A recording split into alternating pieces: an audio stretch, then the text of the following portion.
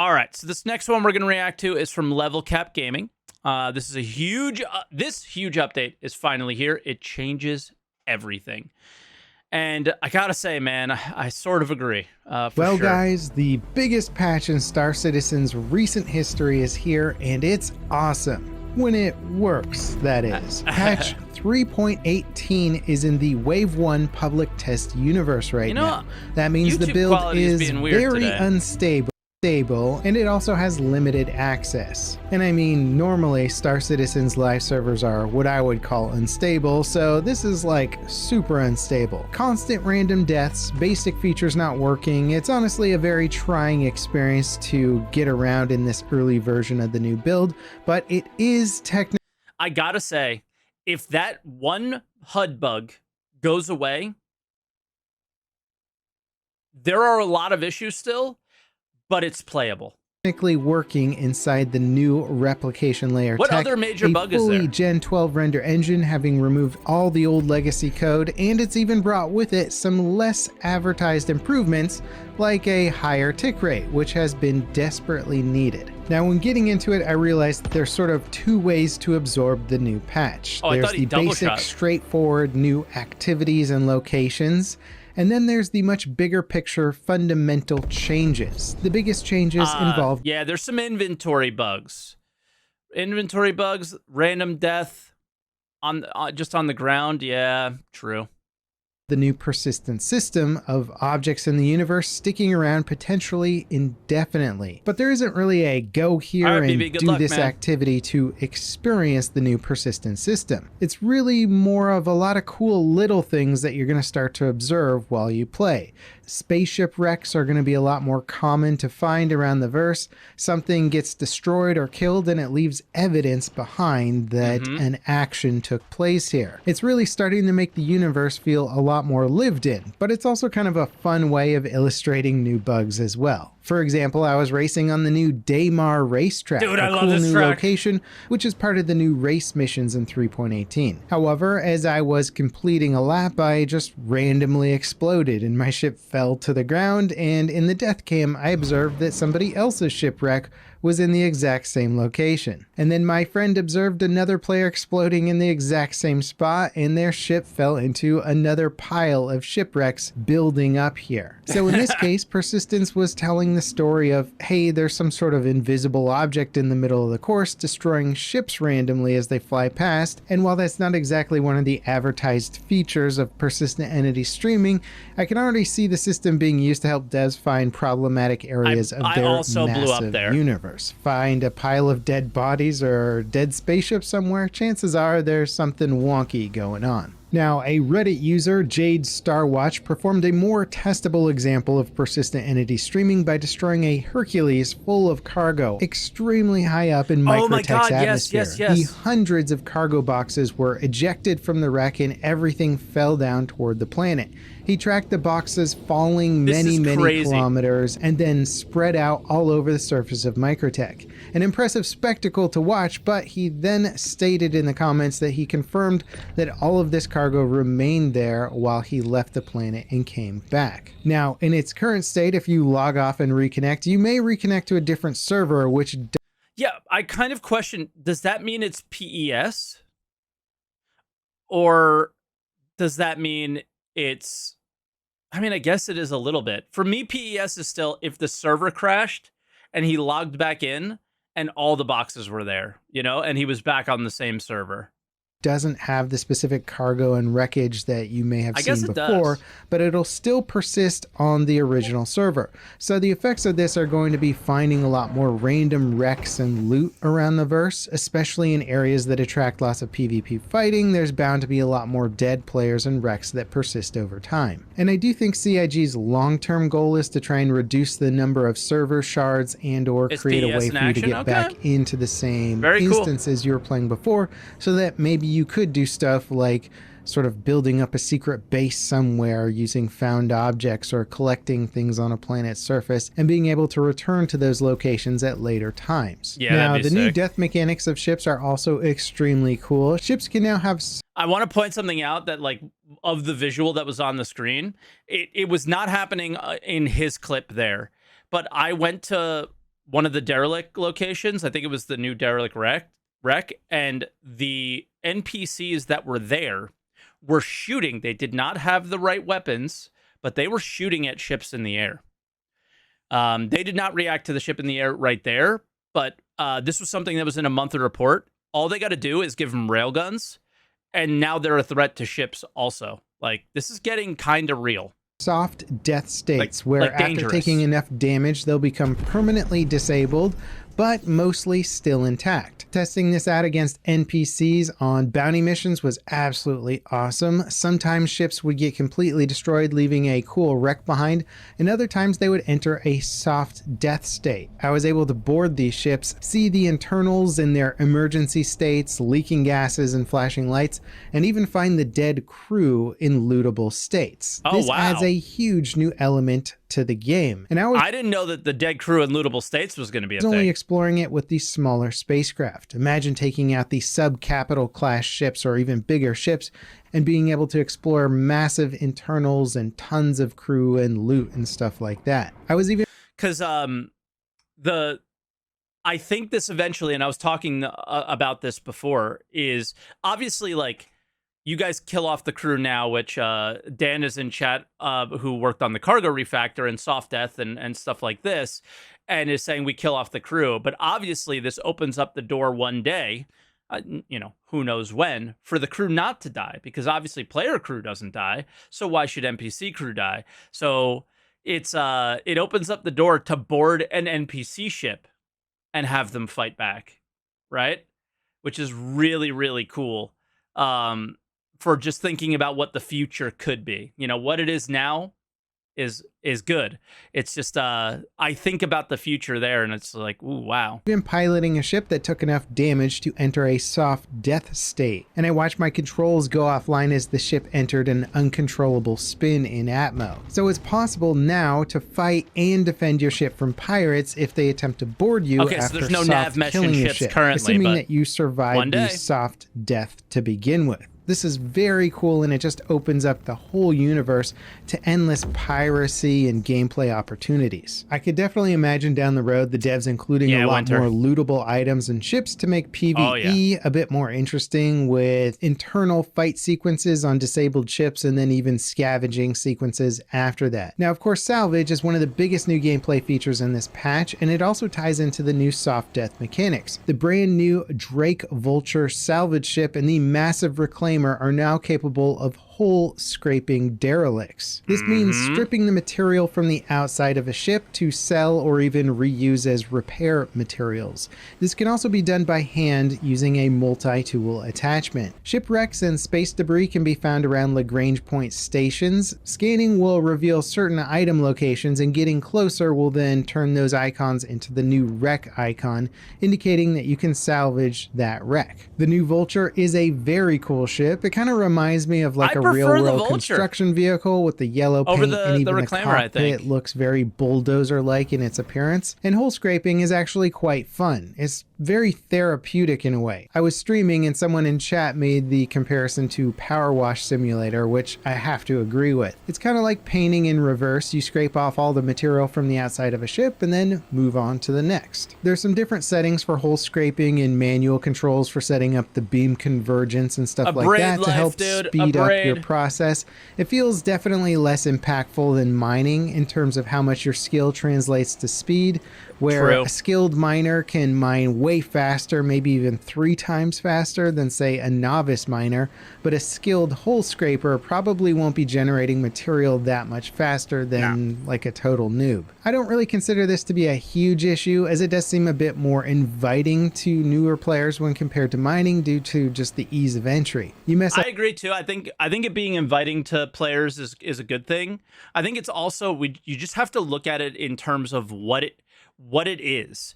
It is the last step of salvaging a ship. It is the thing you do while everybody is inside boarding the ship and removing its components. There's definitely a lot of pieces missing to the puzzle of, there could be a threat at some point, like salvaging a fuel line that explodes or something, right? It is very tier 0, but it also doesn't feel as tier 0. So I don't know. I think there's a long way to go for salvage, as in there's a lot more that they could do and make it really sick. And I think they're going to. Well, you're dead. Hole scraping, if you mess up, it's pretty much just going to take a little bit longer. Now, my issue with the new hole scraping process is the manual moving of the material crates that are generated into your ship's cargo hold. Every time you fill up 2 SCUs of crates, you have to actually exit your pilot seat, head back into the cargo hold, and move the box out of the way of the dispenser so that it can dispense the next one. And you can't move this box if you forgot to bring a tractor beam multi-tool with you. This ends up being really dumb, monotonous work in my opinion, and it kind of kills the hole scraping vibe in my opinion. The Vulture has a single purpose, to be a fast single seat hole scraping machine. Even mining ships store all their minables in pre-set up containers, and you don't have to mess with them while you're in the mining process. But for some reason, salvage requires a bunch of cargo box moving that makes me want to just kind of slap whoever wrote the design doc for the salvage gameplay sequence. Maybe one day I'll be able to buy an R2-D2 style robot and have him sit in the cargo hold moving crates around so that I can salvage for more than 2 minutes before. Yeah. I mean, I guess for a single seater, it's like kind of iffy.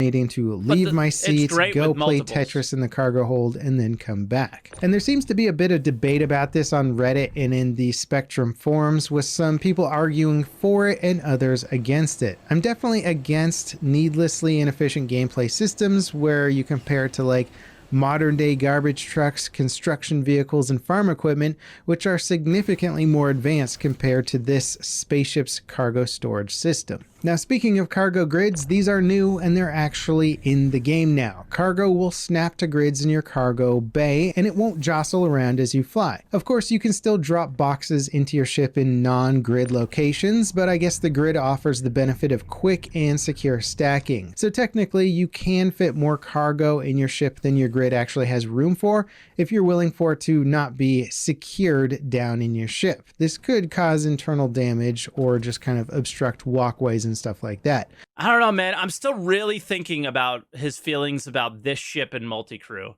Because, like, we had a lot of fun working together, but, man, it's a really... I don't know. It's a solo ship. It's a solo ship. But overall, this new grid system is great because now cargo is all physicalized and can be stolen when your ship is destroyed. This is very cool, and I look forward to seeing some big cargo theft operations in the future. Players could actually lose a lot of money hauling cargo from one location to another if a pirate comes across and kills their ship and steals their cargo. Now, the racetracks are some really cool new locations around Stanton. There's new time trial race missions, and they'll take you to different areas, some on planets and some in space. Like the going up the ladder part is the one that is probably problematic. I don't know. I particularly like the racetrack near Grim Hex. It looks absolutely amazing with the moon of yellow behind it, and it just sort of showcases how stunning and beautiful Star Citizen can look. Now, the time trial race stuff is very, shall we call it first pass racing? Basically, the tracks for the most part do work and they look cool, but the waypoint systems feel very minimum effort. And it makes your first time racing experience more annoying as you spend a lot of your time getting lost versus actually learning the nuances of the track. I'll take minimum effort to get all these tracks in for now personally, but yeah, I agree. Take something they already have, and I don't know. I wouldn't call it minimum effort. I'd call it efficient. And eventually you learn the tracks. UI pathing system or more holographic indicators of the track path and limits could go a long way toward making racing easier to get into. Also, each track could really use a ship spawning terminal and possibly medical center where you can set a revive point. Practicing racing is nice and all, but for the most part, you're really just gonna have to bring a Carrack or an 890 jump with a med bed and your racing ships in the cargo hold, because inevitably everyone is gonna die practicing, and the time it takes to get back to the racetracks could make the whole process feel a bit less inviting. That said, the locations themselves are very cool looking. I would say no spawn point there because you just bring a ship to spawn point, but I really, really, really would like to see the ability to spawn ships at these locations. That would and be they nice. make for great exploration points. I really hope that this leads to more fun race events and competition. Now, there's also a fun little PTV racetrack located at the Vision Center in Orison. This is actually kind of a neat little track. The controls for the car are a bit unforgiving with mouse and keyboard, so using a controller, joystick, or even wheel will get you probably much better control. It took a little while to get the hang of it, but it's not a bad looking experience, especially for something that was made with spare dev time. There's definitely some physics issues at the moment, like if your car flips, it's supposed to have a self-righting mechanism, but it can kind of get stuck. It's definitely more of a mess around location versus something that you can run a race mission with and earn credits with, but ultimately that's fine for now. It just seems like another little thing to do with friends. Now, there's also some new derelict sites on Daymar that are extremely cool. I visited the one with the 600i crash site. It's crashed into a deep cavern and suspended with cables from like the ceiling. Outside of the crash site, there's a very cool outpost that's been pieced together with old ship parts. It's got a windmill, sniper towers, and certainly lots of nine-tail guards. A very, very cool Mad Maxi type location. How crazy is that? Oh, and certainly lots of guards. A year ago, there were none. There would have never been guards here. So, like, you know, I was just on Space Tomatoes podcast, and we talked about, I think, the previous year, and like some of the best features. We never talked about nav mesh and the fact that we have NPCs on moons at locations like this, giving more threat. That was a big feature that came in, and just realizing how I have forgotten about it because it's just a part of the game now is really cool. Now, due to the stability of the patch, I have not yet been able to see all the new stuff. I saw the outside of the new security post Correa, which looks a lot better, but I haven't yet been given permission to go inside to help with the security mission, and I also haven't tried sieging the station, which you're supposed to be able to do. But I'm sure that'll be cool. The station has much better defenses this time around with multiple missile launchers and turrets, so getting close presents all kinds of new challenges. There's also a cool MSR Rex site, more racetracks, new rivers, new cave types that look phenomenal, some new security missions on Orison's platforms, some new prison activities, and a much more refined crime system, and even more that I'm really looking forward to checking out. Performance-wise, this new Wave 1 PTU build definitely feels slower and more choppy compared to the previous live build. I think some people were expecting... Really? I felt like it was okay. The new Gen 12 render engine to immediately improve performance, but I think the PTU version is just simply unoptimized at the moment. The devs have said that they expect the public or the live version of the PTU build that they're aiming to release to have more improvements in this regard. Ultimately, I'm not that worried about it in this state. Gen 12 is the foundation of building in better optimizations, so we kind of knew not to expect any big gains right away. Yeah, I think I was more just hoping that maybe we would see some gains right away. Now, hopping into Arena Commander on the Dying Star map actually gives us a fun way to experience Pyro a little bit more accurately. The Dying Star map has had its lighting and skybox updated to be the same as the current Pyro system. It looks a lot better, and you can even make out the nearby planet in the arena now and recognize it as one of Pyro's planets. So if you're desperate for some Pyro feels, this is kind of a neat little way to get a bit of a sneak peek. There's also been some fun stuff popping up on Reddit, like people landing their ships on missions and players coming along and salvaging them while they're away. I imagine the salvage memes are just getting started, and the persistent stuff is going to be absolutely epic. It's already creating more things to do and explore, and I think it'll lead to a ton of emergent gameplay, which is kind of the holy grail and end goal for games like this. And as the patch gets more and more stable and more playable, I'll be checking out all the other things. So far, I'm really impressed, and I've got my fingers crossed that the devs can get it to the more public PTU state soon. They're certainly going to try and get it to that state before the holiday break, and we've already seen one wave of bug fixes with a patch yesterday, so hopefully more are on the way. Now, if you want to check out more Star Citizen content, I'm really proud of the video I made showcasing all the planets and major locations in the Stanton system. If you haven't been everywhere in the game yet, check out this video to see what you're missing out on. And as always, thanks for watching, guys. I'll see you next time. This is Level Cap signing off. All right, thank you, Level Cap. That was really I think that was probably the best breakdown of all the new things in the patch. He has to go to security post Korea. I can't believe he was being a good boy and waiting to siege it. He's missing out. That one's super cool. But yeah, I thought he did a really good job breaking it down. The good, the bad, the ugly, went to Reddit and all that stuff. So it was pretty cool. Yeah, he's still got to go to the rivers. I agree. Yeah. But very neat. I'm very happy with this patch so far. I'm very happy. There's so much stuff to just hang out and check out. So here's the link to Level Cap's video / his channel. There it is. And yeah, I enjoyed it. Hope you guys did too.